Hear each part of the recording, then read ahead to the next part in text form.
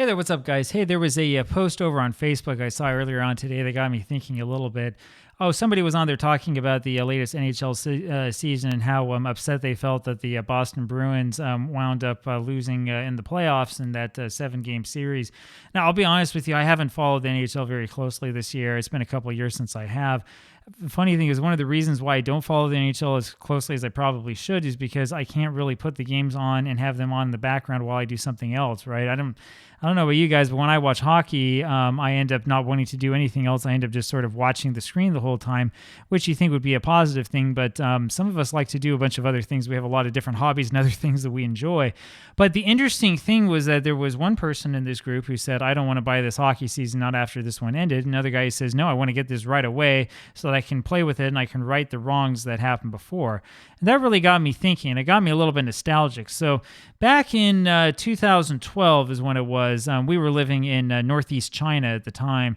I was following the Washington Nationals really closely, and if you remember right, 11 years ago, that's the season when the Nationals had the best record in the National League, went to the NLCS, and lost a very, very frustrating and disappointing 5-game series against the St. Louis Cardinals.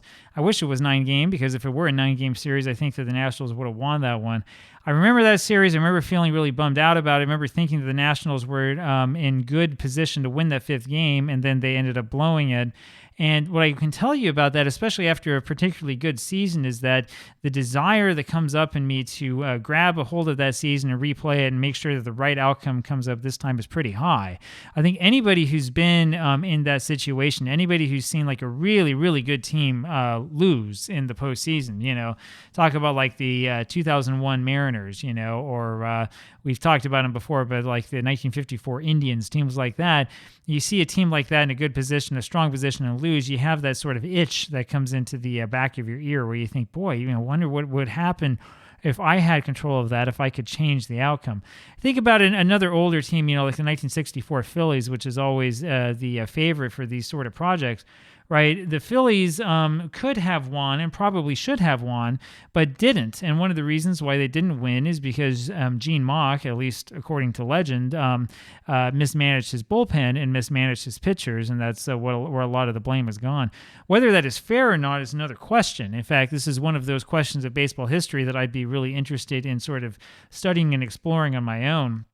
I will say that when it comes to a lot of those things, sometimes the conventional wisdom is not entirely correct. I mentioned this on the blog a while ago, but remember that old saying, spawn and sane and pray for rain.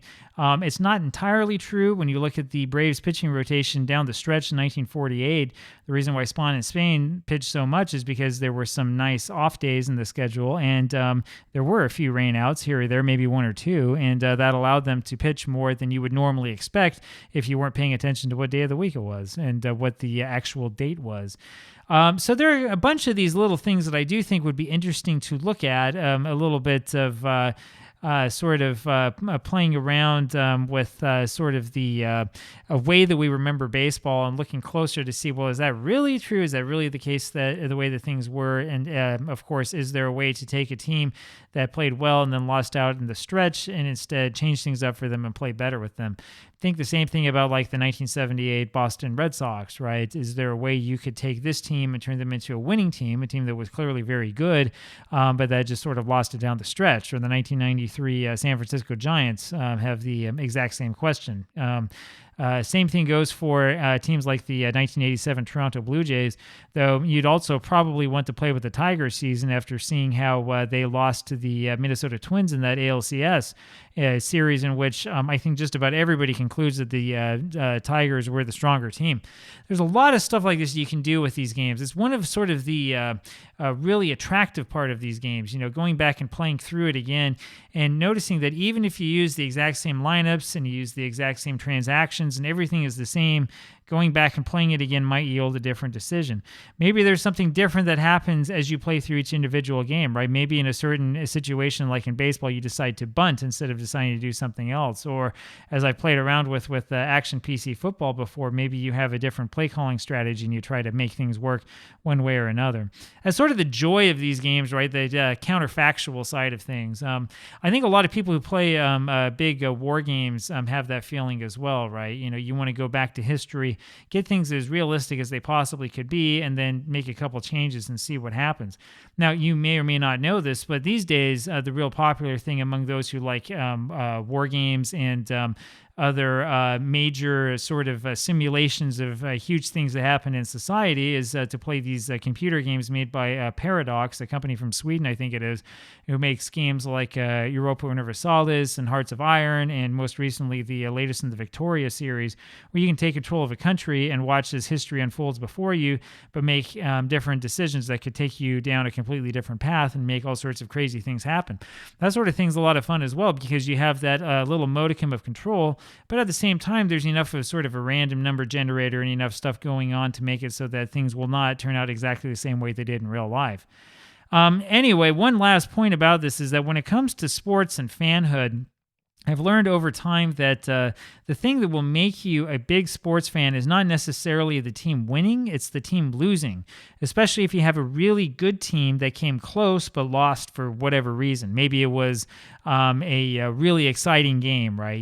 Like think about the 2016 Cleveland Indians losing the World Series after that kind of crazy Game 7 with the rain delay and all the other shenanigans that happened, or the 1991 Atlanta Braves, who lost that World Series and had numerous chances to win it and just couldn't quite push it across, right?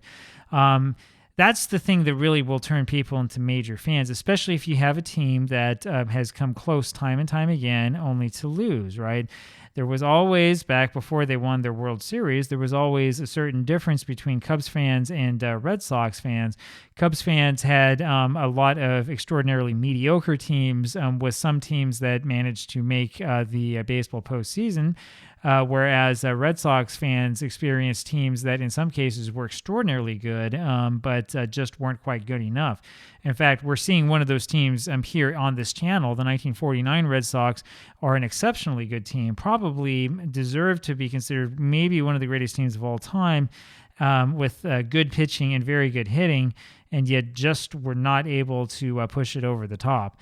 And it's teams like that that really, really get you interested in playing replays and doing things again and asking that what-if question. Everybody loves a great team of the past. Everybody loves the 27 Yankees, the 61 Yankees, I'm trying to think of what was another good example of a team like that. We always love those teams that seemed like they couldn't be beat, the 86 Mets, the 75 Reds, teams like that. But when it comes to replaying, the teams that just barely missed out, like the 1969 Cubs, are the teams that are much more interesting, and just might upset the apple cart a little bit in your replay and give you something to talk about. Or you could be like in my replay and wind up with the 1949 Pirates in first place. That's also a little bit different and something I definitely wasn't expecting.